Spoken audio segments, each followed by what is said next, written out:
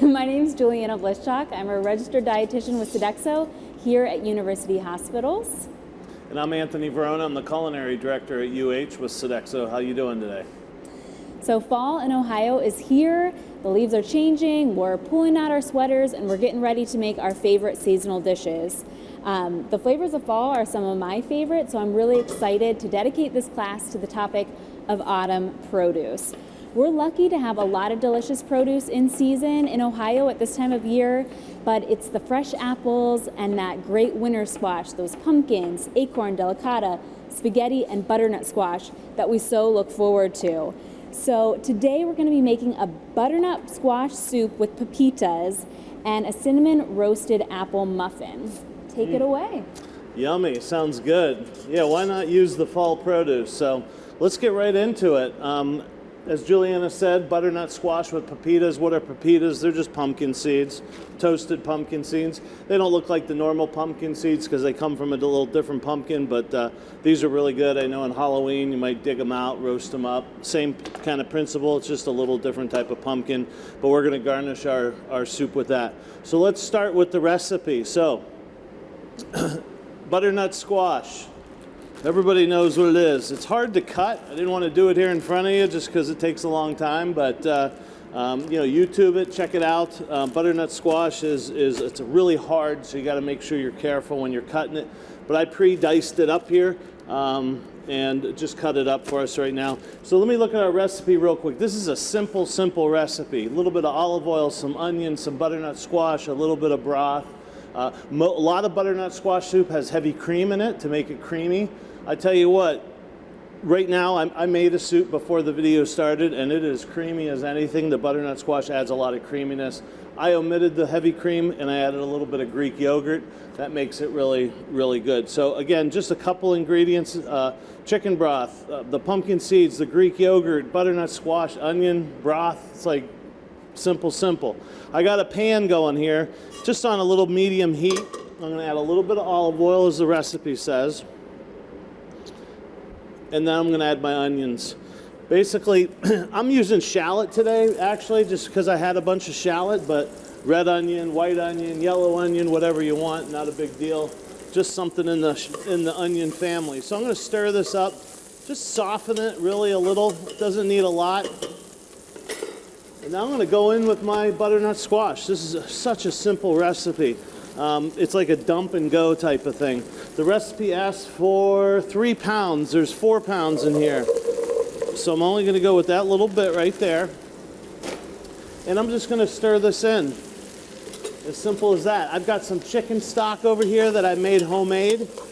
You can buy the canned or the bouillon, but I prefer the homemade chicken broth. So we're gonna just stir that together. Very simple, not a lot of spices. There's no cinnamon or nutmeg in this. Not in this one, but you can surely do that. So what I'm gonna do now is crank up the heat because I want my stock to start boiling. Now, everybody's pot's a little bit different, right? I know I got measurements here, but if your pot's a little shallower or a little bit wider, the key is to add just enough broth to cover it, okay? If you add too much broth, when you puree it, it's going to be too thin. If you add not enough broth, when you puree it, it's going to be too thick. You want something just right. So what we're going to do, I know you can't see it in here, I'm going to bring my broth over here, and we're just going to add enough broth to cover the vegetables, the butternut squash. Remember, this is going to simmer, so it's going to reduce a little bit. You can always add a little bit more broth. So it's just covered. Now I'm going to let that go. I'm going to crank it up. When it gets up to a simmer, I'm going to let it simmer. And butternut squash, even though it's really hard, only takes 8 minutes to cook, really, to break down. So what I did is, after it's done cooking, we're going to set this on the back, let it cook. Magic of TV, I already got one made, okay? What did I do? I put this in the blender and whizzed it up. I let it cool till about, not room temperature, but I have an instant, you don't want to put it in there piping hot because it could explode on you. So I let it cool down a little bit to where I could touch it and not get burnt, okay? But I put that in the blender and I blended it up. Now this blender right here is not the most expensive blender in the world, but it did a great job with pureeing this up.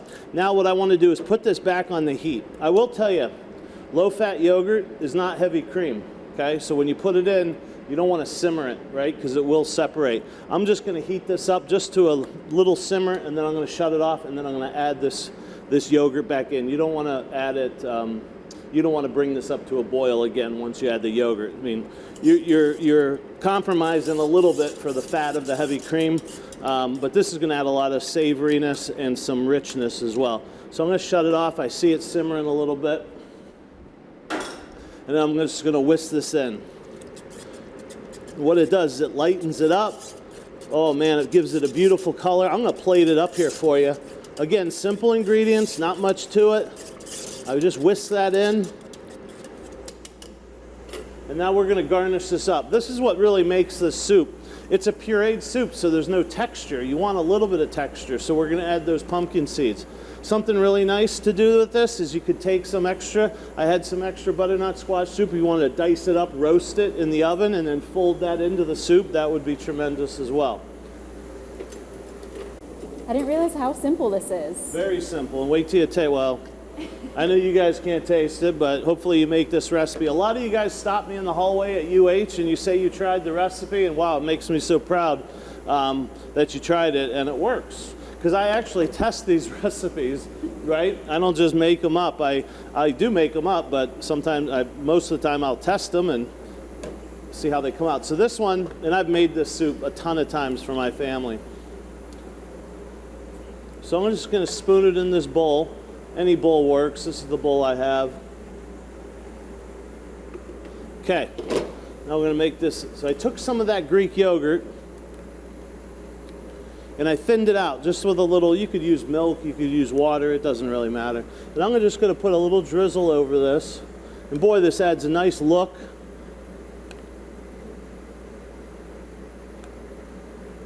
Almost like a restaurant. And now we're going to add a little bit of these pumpkin seeds around.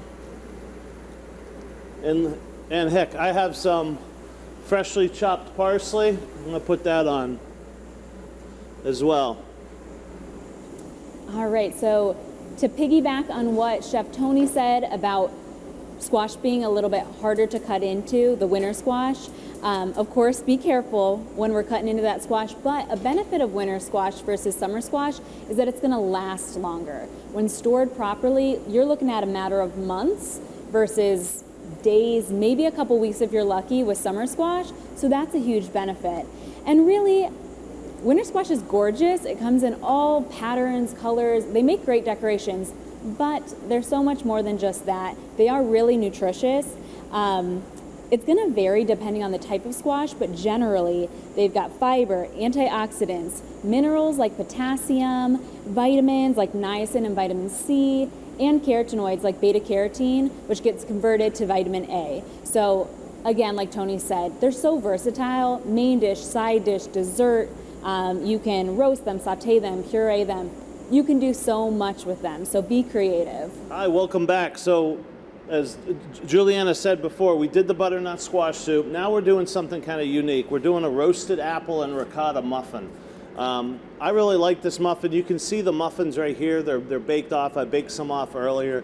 Kind of plain on top. You could do a lot of things with them on top, and I'll talk a little bit about how to spruce them up. But right there, they're great as is. And we're going to taste some here in a minute. But so there is a little bit of melted butter. I want to tell you about the pan preparation. A lot of people use the cup liners, and those are fine. You can use those, but I find the muffin sticks to them as well. You know, when you pull them off. I take a little butter, just softened butter, real light, and I rub it around with my hands, and I dust it with just a little bit of flour. Look how nice these come out. I mean, look at that. Perfect, right? That is how you should always, do your cakes and things like that. It pops right out. We're not going to show you because we don't have enough time for them to pop out, but I already made some. But let's show you how to make them.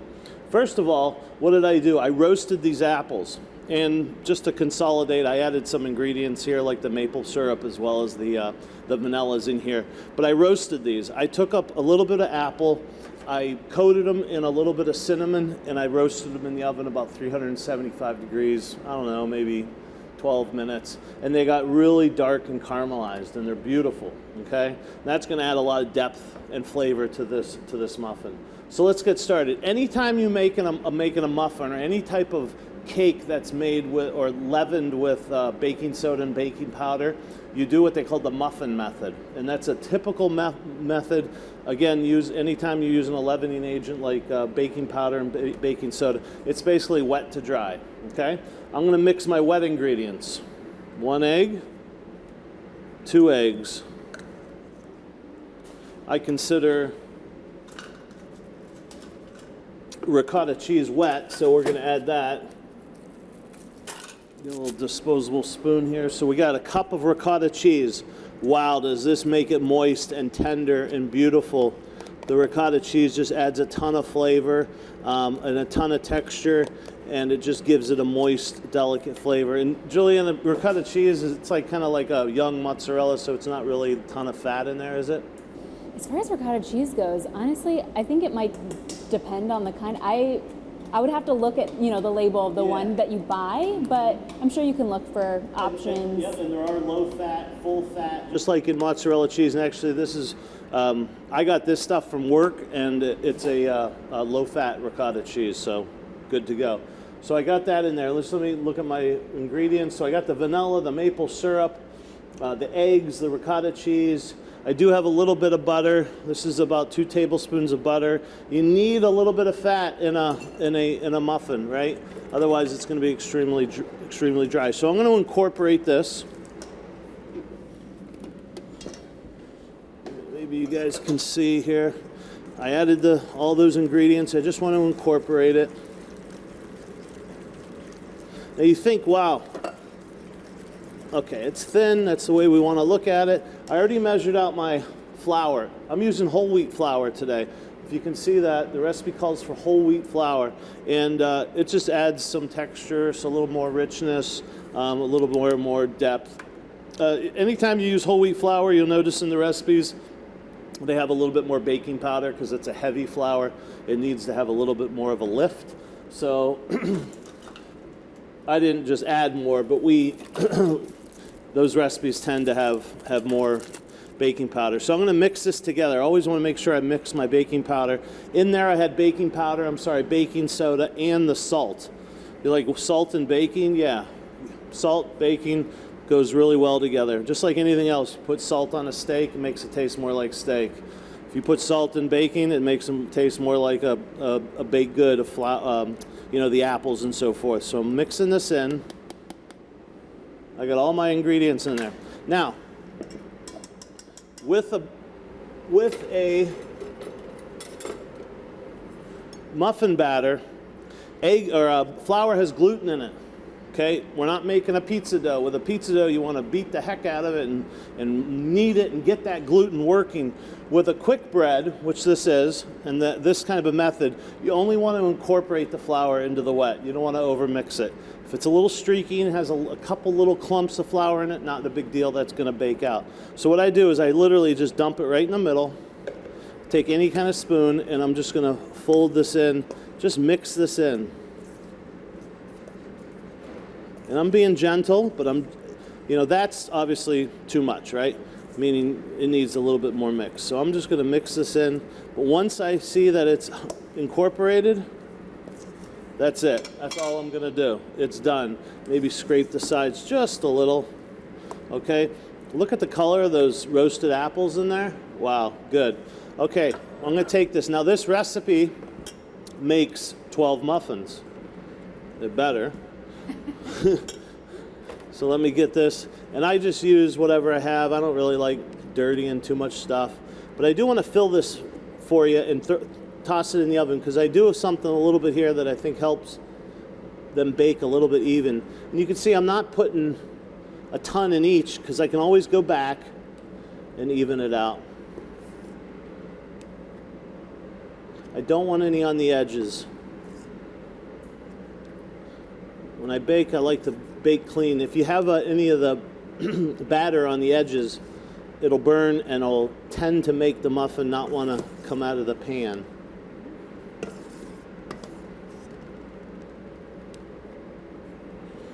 He's gonna make 12? Emma? Just about. Just about. Bet you if I grab a spatula, it's pretty darn good. I'm gonna steal one from over here because I think I want a little heavy. Perfect. Okay. What I like to do is then, I know that's a little noisy, but let's gonna take this and just get them down a little bit because you want them to bake evenly. Okay, I'm gonna toss this in a 350 degree oven for about 12 to 15 minutes until I use an instant read thermometer, not for temperature, but I stick this in the middle and it should come out nice and clean. Once it comes out clean, it's done. Everybody's oven is a little bit different, so it might take a little bit longer, a little bit less. I want to show you the inside of this muffin real quick. Just cut this open, right?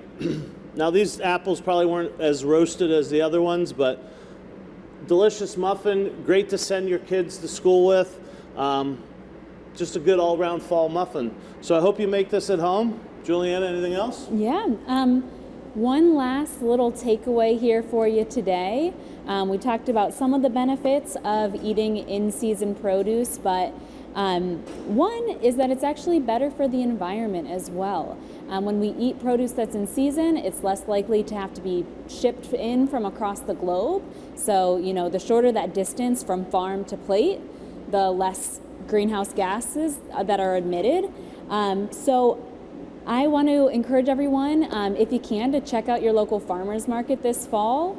It's great for the community, it's great for your body, and it's great for the earth. So I know SNAP and WIC have partnerships with certain farmers markets, so I think typically through the end of October. So if you can, get out there, try something new. Maybe you'll find something that you can use in one of these recipes. Thanks. Have a good night.